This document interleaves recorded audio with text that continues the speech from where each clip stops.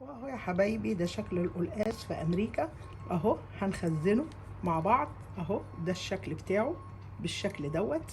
هنقشره بدون ميه خالص. هنمسح السكينه وهنقشره، ومحتاجين ليمونه مش اكتر. هنقشره بالشكل ده يا حبايبي اهو كده. دلوقتي يا حبايبي بعد ما قشرنا القلقاس طبعا ما جبناش ميه خالص، السكينه مسحينها خالص وهي ما جبناش يمتها ميه خالص. دلوقتي بقى مسحناها بالنابكن ده، ودلوقتي بقى هنقطعها القطع اللي احنا حابين. بالشكل ده يا حبايبي اتقطع بالشكل دوت. هنقطع الكميه كلها وهنحطها في البوله، وهنعصر عليها ليمون. هنعصر عليها ليمونه على الواحده دي، وهنسيبها 5 دقايق. وبعدين يا اما هنعملها نغلي الشوربه ونحطها فيها، او نغلي الميه ونحطها فيها لو عاملينه صيامي، او هنشيله في الفريزر نحطه بالليمون بتاعه في الكيس وهندخله الفريزر عادي خالص يقعد بالشهور عندك.